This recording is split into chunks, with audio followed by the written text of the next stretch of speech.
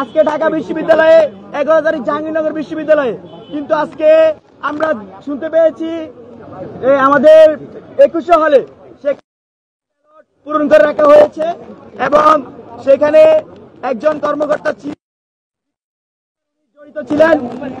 আবার শুনতে পেয়েছি আমরা শামসুন্নাহর হলে সেখানেও একটা বড় অংশের টিচার ওনারা ঢুকে একটা নিশ্চিত দলের তারা একটা অ্যাম্বিয়েন্স তৈরি করেছে। একজন সাংবাদিক আমাদেরকে নিশ্চিত করেছেন।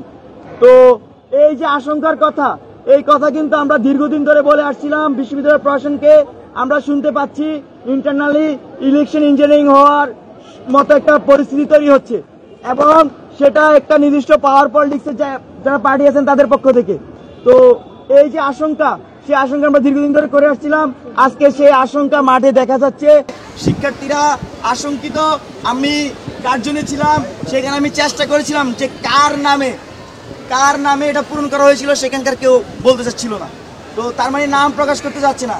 এর মানে হচ্ছে এখানে এ ধরনের একটা বড় সম্ভাবনা তৈরি হচ্ছে যে ভোটে কোনো ধরনের ইঞ্জিনিয়ারিং হচ্ছে কিনা বা করছে কিনা কেউ।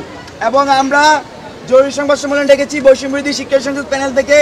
আমরা ঢাকা বিশ্ববিদ্যালয়ে একটি সুষ্ঠু নিরপেক্ষ ইলেকশন চেয়েছিলাম, এখনো চাই। আমরা মনে করি আজকের এই দিনে ঢাকা বিশ্ববিদ্যালয়ের শিক্ষার্থীরা বোর্ডের মাধ্যমে তাদের যোগ্য নেতৃত্ব খুঁজে নেবেন। জুলাই অভ্যুত্থানে এই ক্যাম্পাসের শিক্ষার্থীরা অবদান রেখেছে, সারা দেশের সকল শিক্ষার্থীরা অবদান রেখেছে। তারা এই ছাত্র সংসদগুলো নিরপেক্ষ ছাত্র সংসদ তারা প্রাপ্য। আমরা মনে করি যারা এভাবে ক্ষমতাকে কুক্ষিগত করার চেষ্টা করছে, যারা নির্দিষ্ট দলকে জিতানো এজেন্ডা বাস্তবায়ন করার চেষ্টা করছে, তাদেরকে ব্যালট বিপ্লবের মাধ্যমে শিক্ষার্থীরা রুখে দিবে। আমরা আরো প্রায় 10 দিন আগে থেকে আশঙ্কাটি জানিয়ে আসতেছিলাম। আমরা শুনতে পেয়েছি প্রতিটি হলে 300 করে ভোট কনভার্ট করবে নাকি। তাহলে 5600 ভোট যদি কনভার্ট করে তাহলে ওনাদের ভিপি জিতে ফেলতে পারবে। তো আজকে এই ধরনের এজেন্ডা কতটুকু বাস্তবায়ন করতেছে এটা আপনাদেরকে খতিয়ে দেখার জন্য সকল সাংবাদিক বন্ধুদেরকে আহ্বান জানাচ্ছি। আর আমরা দেখেছি এই যেখানে বুথ ইলেকশন কেন্দ্র, যেটা নির্বাচন কেন্দ্র, সেখানে একটি নির্দিষ্ট দলের এজেন্ট সংখ্যা অনেক বেশি দেওয়া হয়েছে এবং সেটার জন্য শিক্ষার্থীরা আশঙ্কা প্রকাশ করছে।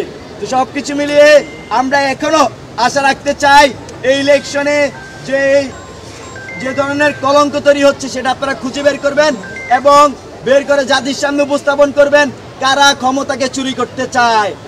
আমরা দেখেছি হাসিনা ক্ষমতাকে চুরি করতে গিয়েছিল, আমরা দেখেছি হাসিনা রাতের ভোট করেছে, আমরা দেখেছি হাসিনা ইলেকশনে ডামি ইলেকশন করতো। আমরা হাসিনার এই আমলটা বেশি দিন হয় নাই যে আমরা পার করে এসেছি। নতুন করে যদি কেউ এরকম করতে চায় তাহলে ঢাকা বিশ্ববিদ্যালয় আবার অভ্যুত্থান হবে। এই ঢাকা বিশ্ববিদ্যালয় জুলাই মাসে সবার অভ্যুত্থান হয়েছিল ছাত্রলীগের বিরুদ্ধে। তো নতুন করে ঢাকা বিশ্ববিদ্যালয় অভ্যুত্থান করতে খুব বেশি সময় লাগবে না। আর যদি জাতীয়ভাবে কেউ এই ধরনের সাথে জড়িত থাকে তাদের বিরুদ্ধে আমরা আজকে এখানে সংগ্রাম ঘোষণা করছি।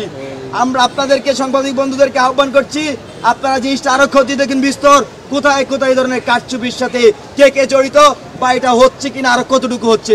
ধন্যবাদ সবাইকে।